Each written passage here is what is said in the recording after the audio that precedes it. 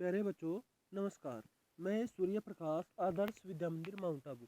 तो भैया आज की संस्कृत की ऑनलाइन क्लासेज में एक बार फिर से आप सभी का स्वागत है। पिछली वीडियो में हमने किया था सप्तम पाठ बकस्य प्रतिकारः। अभी आज का हमारा आगे का चैप्टर है अष्टमः पाठ सूक्ति स्तबकः। सूक्ति माने सूक्तियाँ, सु माने अच्छी, उक्ति मानी बातें, स्तबकः माने भंडार। सूक्तियों का भंडार, अच्छी बातों का भंडार, अच्छी बातों का खजाना। तो अभी इसके अंदर हमारा आता है सबसे पहले प्रथम श्लोक। उद्यमेन ही सिद्ध्यन्ति कार्याणि न मनोरथै न ही सुप्तस्य सिंहस्य प्रविशन्ति मुखे मृगाः। एक बार हम इसको पढ़ते हैं स्वर के साथ, सस्वर।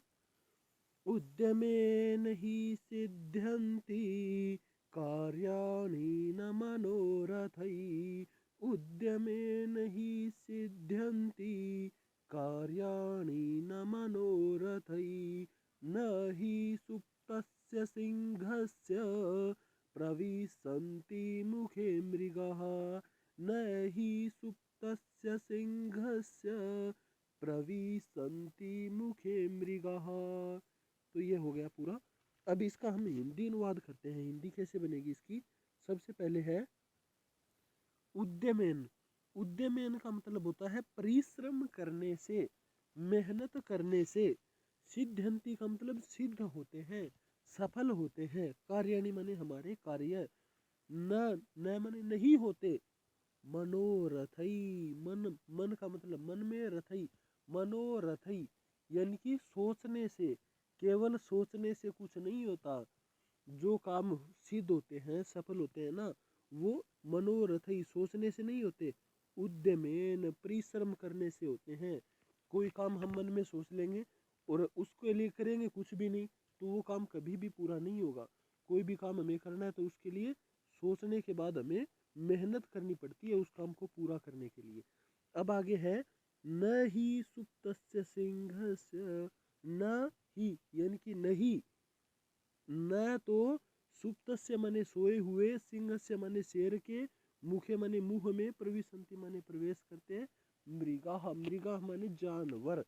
यहाँ पे मृगाः का मतलब हिरण नहीं है। मृगाः का मतलब कोई भी जानवर जिसको शेर खाता है। तो सोए हुए शेर के मुख में कोई भी जानवर अपने आप नहीं घुसता। कोई भी जानवर शेर के आगे जाके ये नहीं बोलता कि महाराज आ जाओ मेरे को खा लो। शेर को जानवर खाने के लिए तभी मिलेगा कुछ ना कुछ जब वो भागेगा, दौड़ेगा, मेहनत करेगा। अगर शेर मेहनत नहीं करेगा ना तो उसको भी कुछ नहीं मिलेगा। आगे आता है दूसरा श्लोक। पुस्तके पठितः पाठः जीवने नैव साधितः किं भवेत् तेन पाठेन जीवने यो न सार्थकः। पुस्तके पठितः पाठः जीवने नैव साधितः किं भवेत् तेन पाठेन जीवने यो न सार्थकः। यानी कि पुस्तके पठितः, पुस्तक में पढ़ा गया, पाठ माने पाठ, हमारी पुस्तक में पढ़ा गया पाठ, जीवने नैव साधितः, अगर हम उस पाठ को अपने जीवन में न साधितः माने उतारेंगे, अगर हम उसे जीवन में नहीं उतारेंगे। हमने पाठ पढ़ लिया कि हमें सच बोलना चाहिए, और अगर उस चीज़ को हम अपने जीवन में नहीं उतारेंगे, केवल पढ़ तो लिया कि हाँ सच बोलना चाहिए, लेकिन अगर हम सच बोलेंगे नहीं तो किम भवेत् तेन पाठेन, उस पाठ को पढ़ने से, पाठेन का मतलब पढ़ने से, किम भवेत् क्या फायदा है, क्या होगा, जीवने यो न सार्थकः, जीवन में जिस पाठ का कोई अर्थ ही नहीं है। सार्थक माने अर्थ, न माने नहीं है। जिस पाठ का हमारे खुद के जीवन में कोई अर्थ नहीं है, कोई महत्व नहीं है, उस पाठ को पढ़ने से क्या लाभ है। अगर हम पाठ पढ़ रहे हैं ना तो उस पाठ को हमें अपने जीवन के अंदर उतार लेना चाहिए।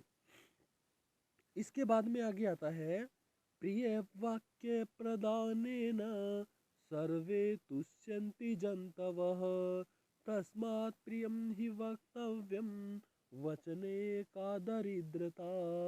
प्रिय वाक्य प्रदानेन सर्वे तुष्यन्ति जन्तवः तस्मात् प्रियं हि वक्तव्यं वचने का दरिद्रता। प्रिय वाक्य, अच्छे वाक्य, दूसरों को अच्छे लगने वाले वाक्य, प्रदानेन, अगर अच्छे वाक्य हम प्रदानेन का मतलब बोलेंगे, बोलने से, प्रिय वाक्य बोलने से सर्वे तुष्यन्ति जन्तवः, सभी मानव, सभी जंतु, जीव जंतु जो है वो तुष्यन्ति यानी कि संतुष्ट हो जाते हैं। तस्मात् इसलिए, तस्मात् माने इसलिए, प्रियम ही वक्तव्यम, हमें प्रिय माने अच्छा ही, वक्तव्य माने बोलना चाहिए, क्योंकि प्रिय वाक्य बोलने से सभी जानवर संतुष्ट हो जाते हैं, सभी मनुष्य खुश हो जाते हैं। तस्मात् माने इसलिए, प्रियम ही वक्तव्यम, इसलिए हमें केवल प्रिय ही बोलना चाहिए, अच्छा ही बोलना चाहिए। और वचने का दरिद्रता, वचने का मतलब होता है बोलने में, का दरिद्रता कैसी गरीबी, बोलने में कैसी गरीबी दिखानी है। हम जब बोल रहे हैं तो कम से कम बोलने में तो अमीरी दिखानी चाहिए। अमीरी दिखाने का मतलब हमें अच्छा बोलना चाहिए, मीठा बोलना चाहिए। तो ठीक है भाई, आज हमारे 3 श्लोक हो चुके हैं, बाकी 2 बचे हैं वो हम करेंगे अगली वीडियो में। तो ठीक है भाई, तब तक के लिए धन्यवाद।